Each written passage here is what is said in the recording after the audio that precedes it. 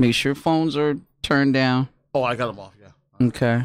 I'll check it again just to make sure, but I'm sure it is. All right. Here we go. As we used to say in the old days, in 3, 2, 1. Good evening, everybody. It is nice to be back on the show. My name is Michelle Turner, and you're tuned to 103.5 FM WNHH. I have the good fortune of being its host. And believe it or not, after almost a 2-week hiatus, I'm back.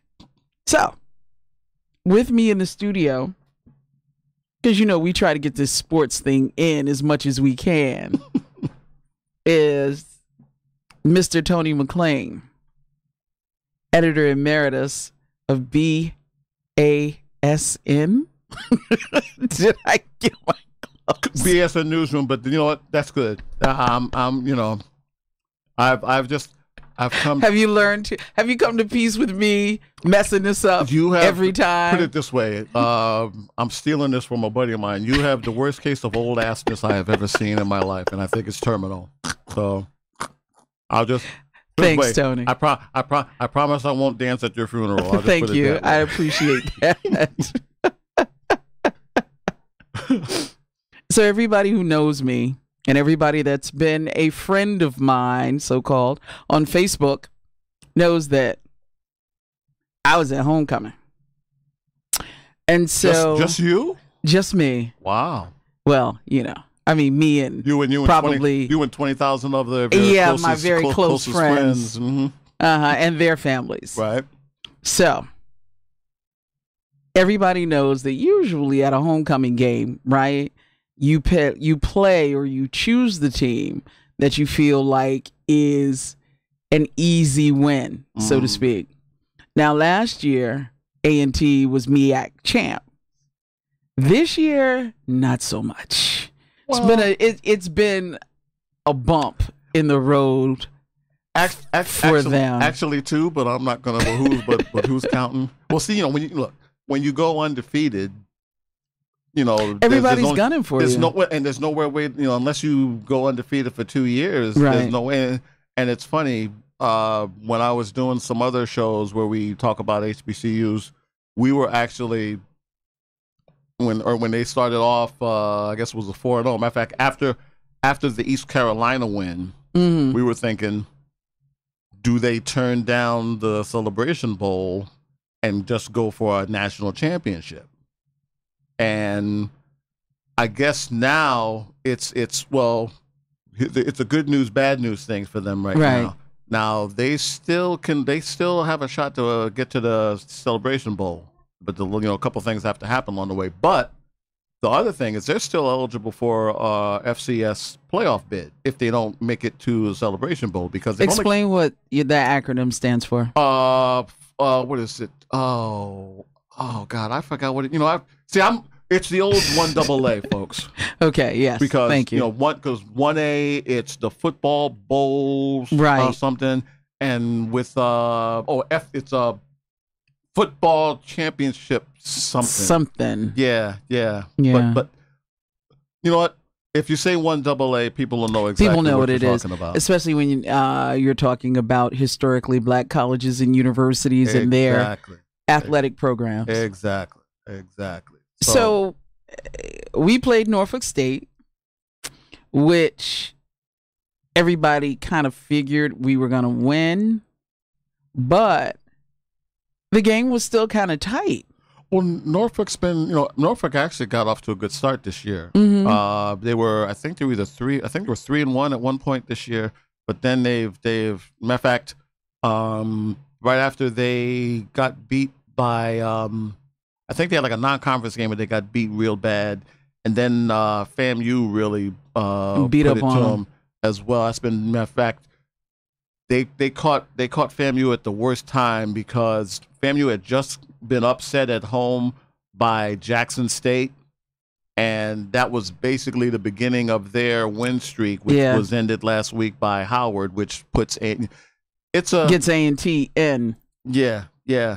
So it's the thing right now. Like I said, we were prepping for this. A&M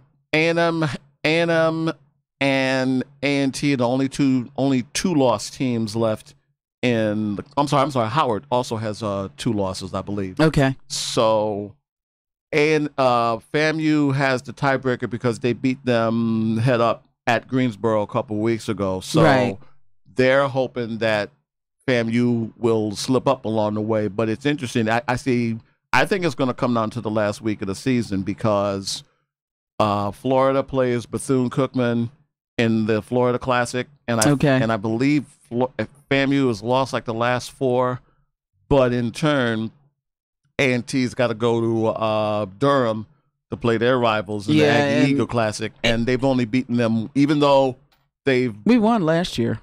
But see, that's the only win in the last like 4 years. Right, I was getting ready to say 4 or 5 years. Yeah, so Central, so. There's still a lot. Let's put it this way: there's still a lot to be played, and of course, they're playing again. There's 3 weeks left in the season, so it's going to be exciting. And the 2 Division II conferences, the SIAC and the CIAA, their championship game is this weekend, and even the SWAC is still up for grabs. Although, it looks like who's the underdog and who is on top? Well, in SWAC. To show you what kind of a year it's been, Jackson State, they fired their head coach last weekend, came back and beat Prairie View last weekend. They're still mathematically in it. Now, they play Alcorn this weekend. If they lose basically one more loss and Jackson State's out of it. Surprise, surprise, in the West, it looks like it's going to come down to Grambling and Southern. So the Bayou Classic, the winner of that Bayou Classic will more than likely, get the other half of the SWAC championship. And Alcorn State basically holds all the cards. As a matter of fact, I think there's a scenario if Alcorn State wins this weekend and Alabama State loses, Alcorn's in. Okay. So, but this is This is that time of the year where all that sweating and grunting that you were doing in August. This is what it's been. This is now it's the payoff. All right, let's turn to the so-called professional football games. My Eagles are sucking this year, but you know what? Because the rest of that division is double sucky, they still may.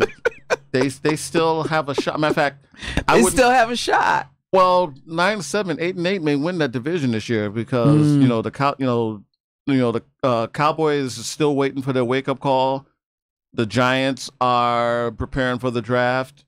You don't know what the hell Washington team's going to show up either week. So I'll be honest with you. I think the first team that wins like about 3 or 4 in a row will probably wind up winning that division, but. The thing is, the NFC right now is really top heavy. A lot was made about the Saints beating the Rams this past weekend. The Rams getting their first loss, but you got Carolina that's still in the mix. Pretty strong, yeah. I guess you could throw like Minnesota in there. I'm not that crazy about Minnesota. The NFC is pretty much of a smorgasbord. I know a lot of people now are going to be jumping on the Saints bandwagon because they beat the Rams, but I still think the Rams are going to have a lot to say as to who comes out of this. Well, I think if anything, as usual, the Cowboys versus the Redskins is always sort of a telltale sign as to where. Yes. Yes and no. The league is their respective leagues are. Well, plus it helps that the rematch is going to be on Thanksgiving Day, so it puts them. Matter of fact, probably the best game that day is going to be the Saints and the Falcons. Now the Falcons are still sort of trying to find themselves, but I was going to say they're like that car that has gas, but it hasn't fully gotten up to the engine. Yeah, but so it's like they're start. Always stop at Peachtree Street too. It seems like, but that's another story all in itself. But yeah, it's NFC is wide open. I think even though they lost to the Patriots, I still think the Chiefs are the best team in the AFC. I think they're the most balanced. I just think they're the most balanced. And see, The most balanced? Yeah.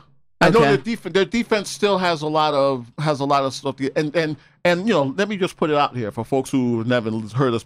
I'm not a fan. I've never been a fan of the CAPs of Foxborough.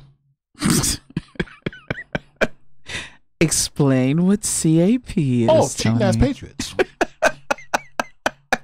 I have very little respect for them as an organization, as a team, and I say it up front. Sidebar. Is that because you're a Giants fan? Oh no, I'm not a Giants. I'm actually a Carolina Panthers fan.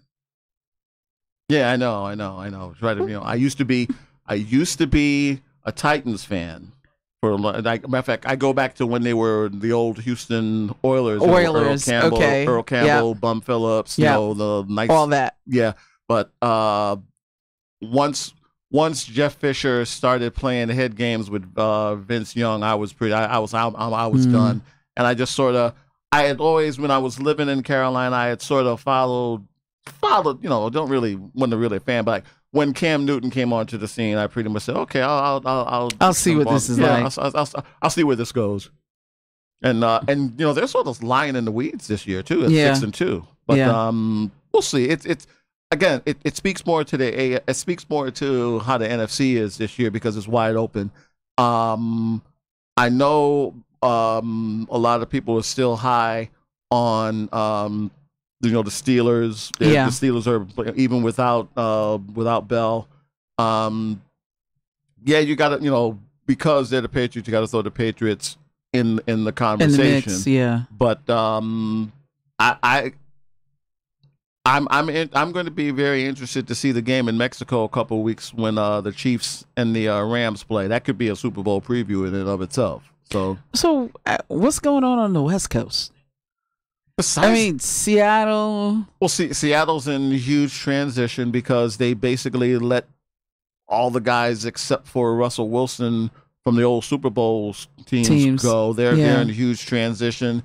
Once Garofalo got knocked out for the Niners, that sort of messed them up. Although the kid that's in there now is pretty good. He showed statistically. Put it this way, he's okay. They got a half a win this past week by beating the Raiders because the Raiders are arguably the worst team in the NFL. They've never, people are still kind of living off of Kenny Stabler. Kenny Stabler, what was the brother's name who was the Snell, right? Art Shell. Yeah. The dual linemen, Art Shell and forgetting my names here. You drink some water, bro. Gene Upshaw. Upshaw. That old thing probably is coming back at you. I only have a mild case of old assness. If they show me flashcards, I'm good. You're good. Yeah.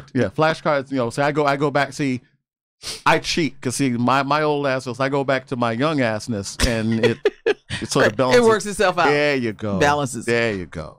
But Oakland has never been a team that everybody would say, "Ooh," unless you're from Oakland. And see now, they've set themselves back. And remember, they're not going to be Oakland for much longer. They're going to be allegedly going to be Vegas if Vegas will have them. But see. They've just bought Vegas doesn't need a football team. Vegas doesn't need a football team. That's why the NFL's going there. Come on, they don't need. They went from no teams in LA for almost 20 years, and now you got 1.5 teams there. Right. So look. Who you calling the half team? Oh, the Chargers. The Chargers play in a 32,000 seat soccer stadium.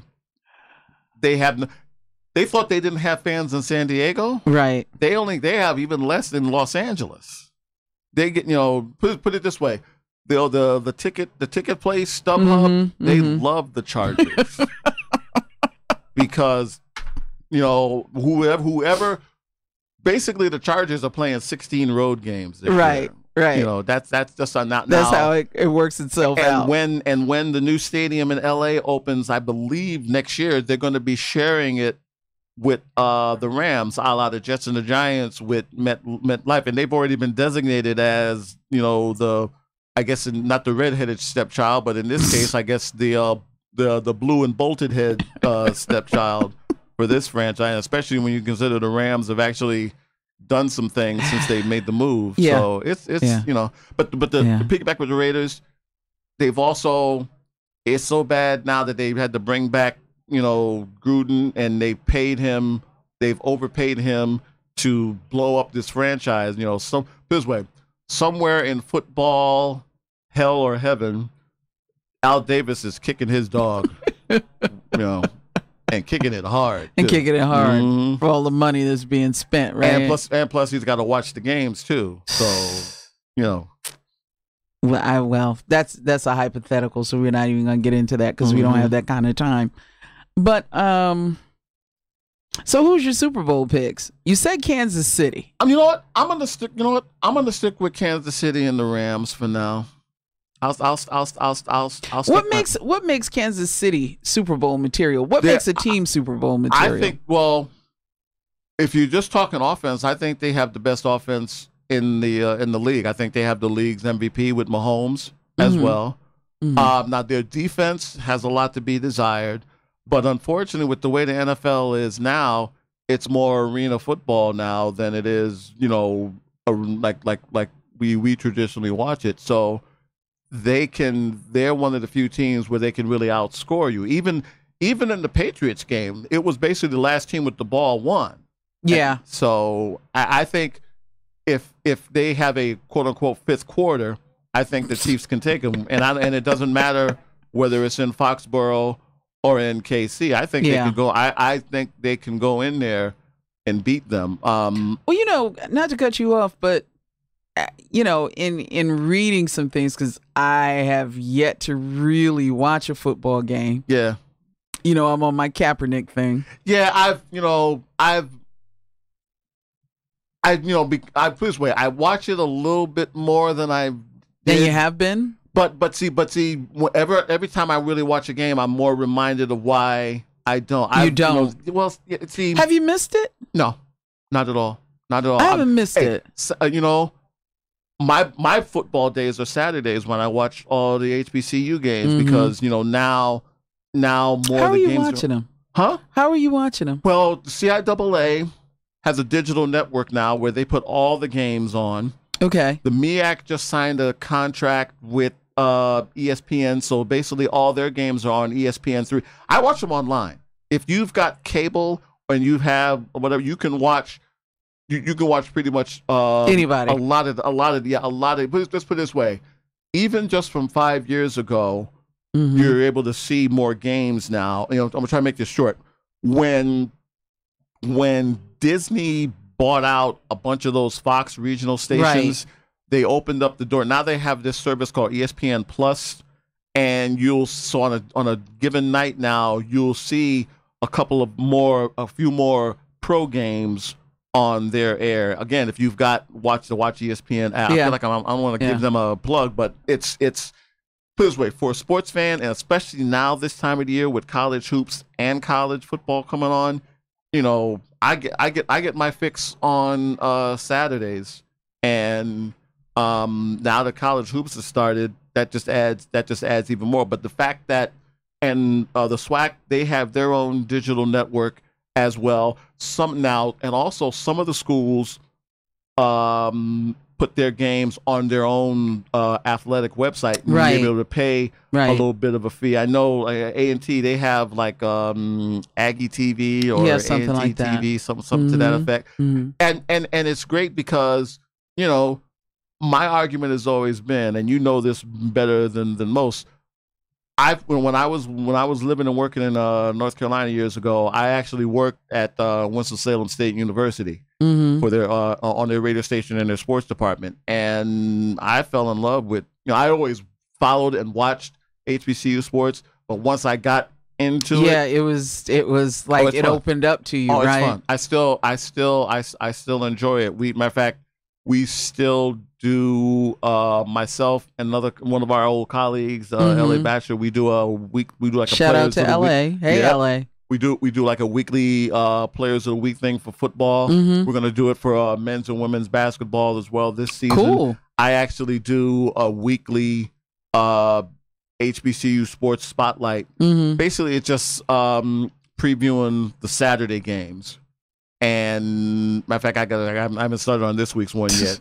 But in time. So let people know how they can tune in since you already went there. Oh no, it's BASNnewsroom.com. That's the main site. We also have a Facebook page at Still the Soul of Sports. And we also have an Instagram page, BASN_newsroom. I don't know how long we're going to keep the Instagram because Instagram is more like showing people eating or whatever they do on Instagram. So we may change trade, it. We may trade that for maybe Google Plus or something else. It depends. We're still in negotiations. I'll just leave it at that. Well, I'll give you the opportunity to plug once again before we go. I gotta, because you won't. I'm at least at BASN, so I guess by year 5 we'll be okay. Yeah, we'll get there. I'll give you 5 years. So, NBA, which I haven't watched either. You're not missing much. I mean, I haven't heard anything that has been a draw for me. Like, ooh, I gotta watch this game. Yeah. Or the West is on fire.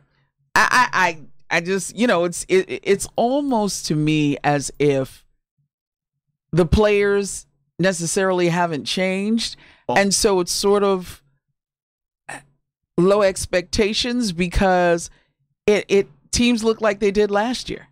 Well, to me, the first month or so of the NBA is an extension of the exhibition season, for lack of a better word. I mean, yes, the games are important. Yes, they count. And there are some games where you say, okay, maybe Bye, Norma. I made it a point to watch your guys' home opener since they hyped the hell out of it the day of it. And that's the night, I guess, when the little cat fight started between Rajon Rondo and Chris Paul. So that was, that's the sad part. You remember that more than who actually won the played game. But I myself, even as an NBA fan, I almost don't even watch the first couple of months unless I happen to stumble on a game. Yeah. And I seriously don't get into the NBA until maybe around the conference when college basketball is in, maybe like right after the tournament. And after All-Star game, or I watch the All-Star game. I watch All-Star Weekend. For all these people that seem to cast gloom and doom on All-Star Weekend, I still, to me, that's the only All-Star game to watch because that's about as close as you're going to get to actual game stuff. The Pro Bowl should have been abolished years ago. The NHL All-Star game is it's like, okay. You made me bump my nose. I'm sorry. But yeah, the Pro, that's a vacation for folk after, not being in the Super Bowl. And sure. And see, kind of rewarding. And see, now they play it the week in between the conference championships and the Super Bowl to make it seem like it's this consistently. Yeah, to keep the season consistent, flowing and going. I'd rather watch grass grow. Matter of fact, I'd rather watch artificial grass grow than watch the Pro Bowl. I wouldn't watch the Pro Bowl if they played it in my backyard. That's how much I wouldn't watch the Pro Bowl. It's a waste of time. Waste of time. So, how's LeBron doing? I think they're doing okay. See, look. They have, the fact that he's in LA now, the networks are gonna add even more drama to everything. When they got off to the 0-3 start, people was like, "Oh, the chemistry's not there. They're not able to do it." It's like, 3 games into Right. 80 game season, and you're already ready to whatever. See, Dismiss. well, and see, there's going to be a lot of BS stories because see now there's this thing where Magic apparently is not happy with Walton, and they're talking about him getting fired, and eventually they're going to blame LeBron Right. for it. it. I mean, Well, let's hope not. Let's hope that Magic kind of I don't see puts the blame on management, not the players. Well, but also with Walton, I'm still trying to figure out just what kind of a coach he is. Because let's be honest. Well, what kind of player was he? Well, no. But see, the player thing to me has nothing to do. It had when you become a coach, I could care less what your playing career was. And see, that's the thing because. But doesn't that kind of and hear me out? I'm going to try to connect the dots here. Okay.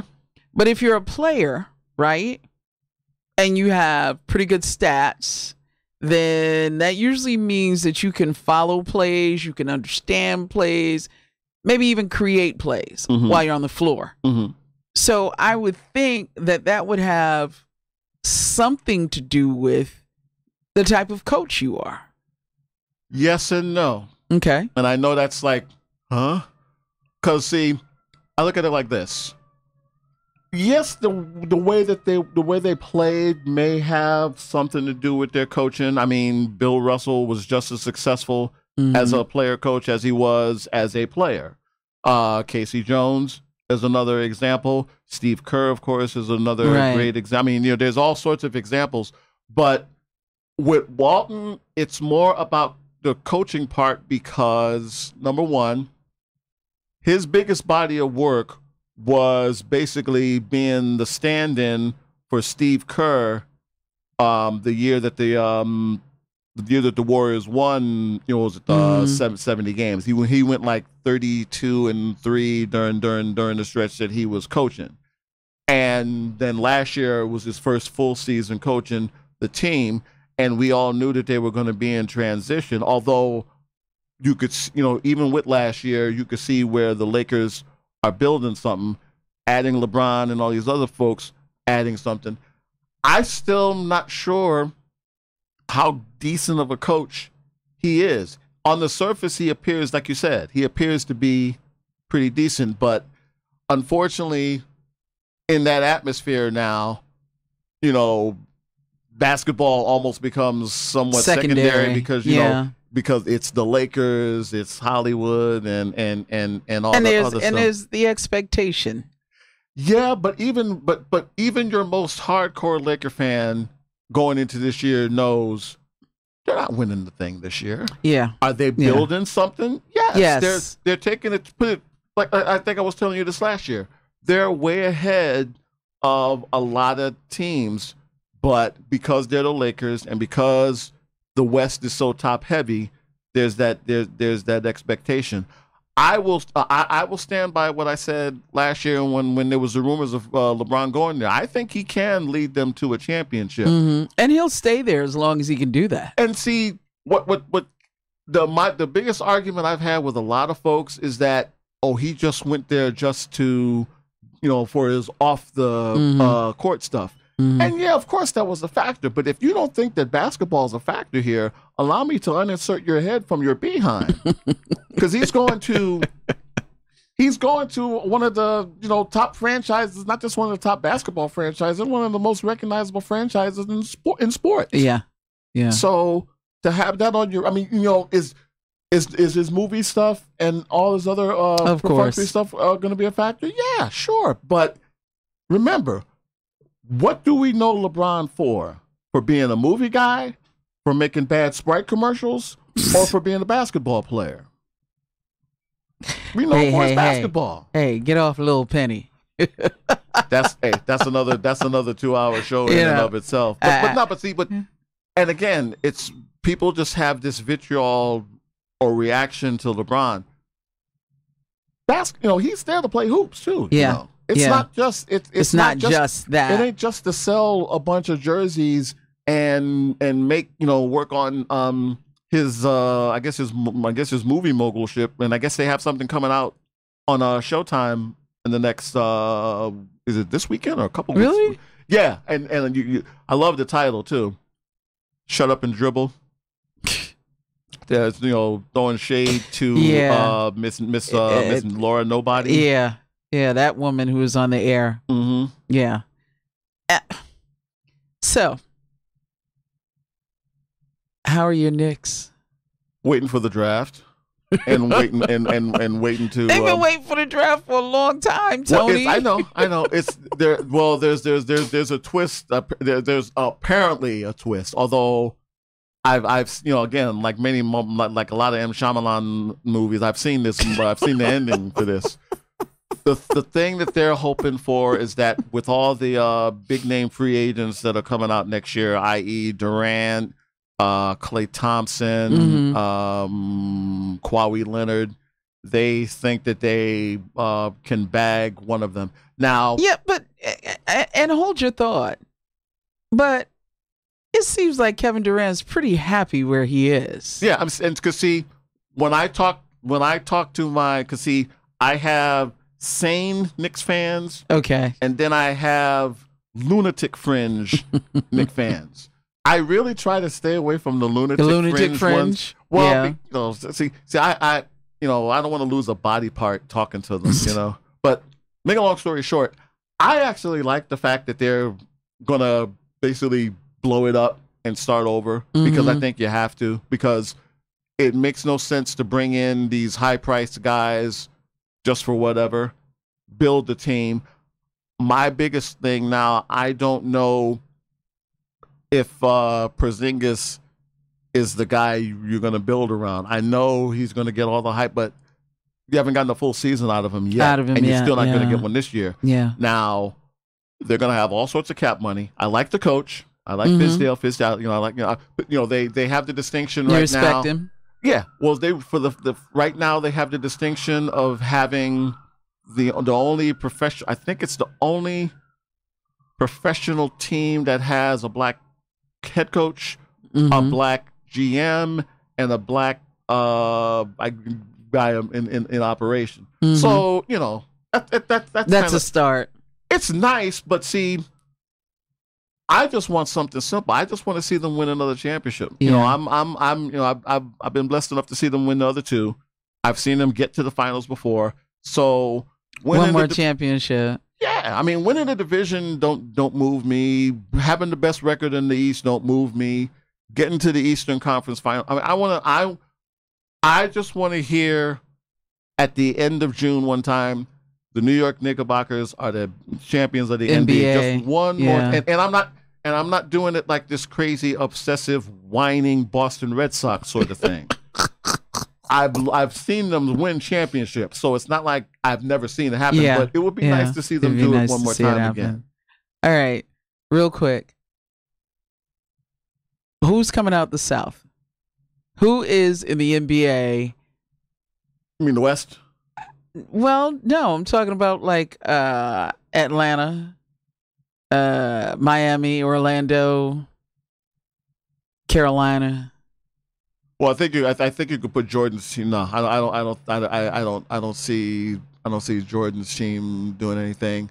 Atlanta may be sort of like where the Knicks are, maybe about a year or so away. I think Trae Young is playing a little bit better than most people thought he would. Orlando, they're sort of on that 10th year, their 5-year rebuilding plan as well, like the Knicks.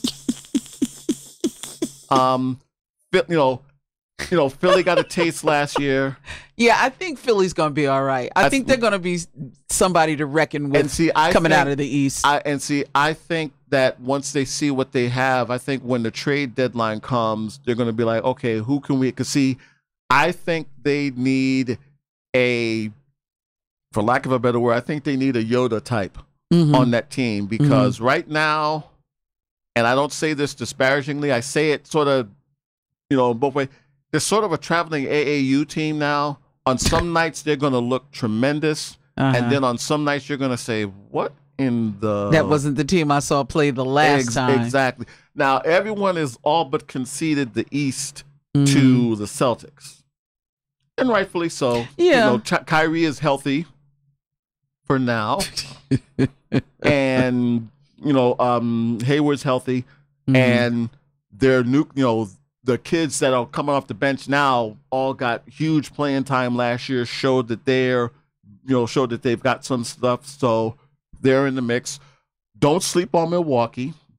I think I'm just calling him Greek Freak because I can't say his last name because, that would basically we would go into at least 3 or 4 shows here on WNHH. But I think they'll be in the mix. Mm-hmm. Basically, it's like, who's going to have the honor of getting beat by the Warriors in 5 or 6 games this year? Yeah. Again. Yeah, again. Unless they... And that's why I say, the NBA looks like it did last year, to me. Yeah, you may, you'll get let's put it this way. You'll get a couple of, good performances and everything. Mm-hmm. I'm sure there'll be a team that'll sort of come from out of nowhere. It may be more so in the West than in the East.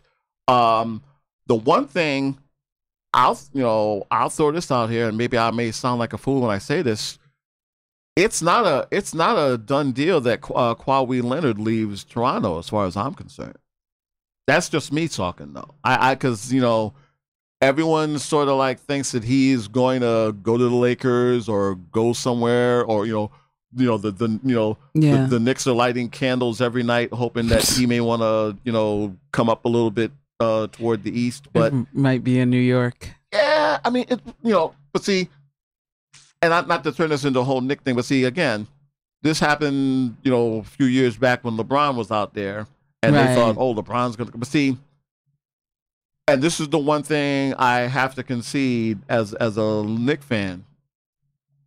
Playing, going to quote-unquote New York isn't like how it was, say, 10, 15 years ago. Now, if they become good again, it could whatever. It's different, But yeah, look, you can be a worldwide superstar in Oakland. You can be a worldwide superstar in San Antonio. You can be a worldwide superstar in Cleveland, and so on and so on. And so on, yeah. Would it be nice? As a Knicks fan, would I love to see the Knicks become prominent again? Of course. Sure.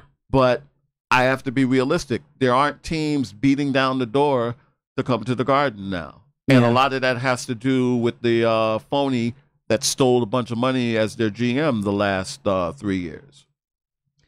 All right. World Series, real quick. That's what it was, real quick. Exactly what it was. I can't even remember who the Red Sox beat. Oh, yeah, it was the Dodgers, yeah. But no, look. But now, were the Dodgers that bad? No. Or was it just 108? The Red Sox were that good? 108 wins. They were the best team all year. I know I picked against them a couple times, but a lot of that was out of spite, I think. But 108. They literally, they led from start to finish. They were, we knew they'd be good, but I don't think we thought they would be historically good. And basically. The Dodgers were like Lloyd Bridges in Airplane to pick the wrong week to play. Pick the wrong week to play the Red Sox. It was just that. Yeah. All right. You've been listening to the show on WNHHLP 103.5 FM. We are broadcasting live from downtown New Haven. We're streaming live on TuneIn Radio and NewHavenIndependent.org. We're also streaming live video on Facebook Live. All you have to do is go to facebook.com/New Haven Independent, or just go to your own Facebook page and look us up. I'm trying to hurry up. So, with that said, we've done it in 40 minutes. What should we be looking for Thanksgiving Day? College bowls, basketball. We already talked about the NFL. Yeah, I was gonna say Hill House football, but it's been rough this year, man. I don't know what happened. Why? What's going on? Well, no, transition or just? Yeah, I'm gonna stick it up to you're that. You're gonna say transition. It happens. You see it. So happen. Who's winning the bowl in New Haven? Is it Cross or is it Hill House? Well, if I say Cross, they're not gonna let me back in the Floyd Little Athletic Center. So I got. But you're a Hill House alum. Yeah, You don't think it makes a difference? Yeah, you say that Cross is gonna win. You know, put it this way, they'll disown you. Put it this way. I'd have a better chance of getting into a game at Hamden than if I were to root for Cross. Hey, get off Hamden. I know. Get off Hamden. But no, I'm just saying, it's you know how the rivalry is. I know. I know. Put it this way. They've both been struggling this year, so I mean, it's a toss up. Yeah, it's a toss up. Look, I'm always gonna go with the blue and white. So. All right, folks, that's our Friday Night Lights here in New Haven. I know some of my friends who are in the South get to go to high school football every Friday night, and that's our own New Haven crosstown rivalry, Wilbur Cross High School versus James Hillhouse High School. So with that, Tony McClean, BASN, editor emeritus, I did it. There you go. He is always my wingman when it comes to sports, and I appreciate you coming in, Tony, so much. Not a problem. Appreciate you being here. And this has been the show. My name is Michelle Turner, and you've been listening to 103.5 FM, WNHH, NewHavenIndependent.org. You never know who's going to be on the show. Promise you, I will be here the next few Wednesdays. Thanks, Harry. Take care, guys. Oh, we have to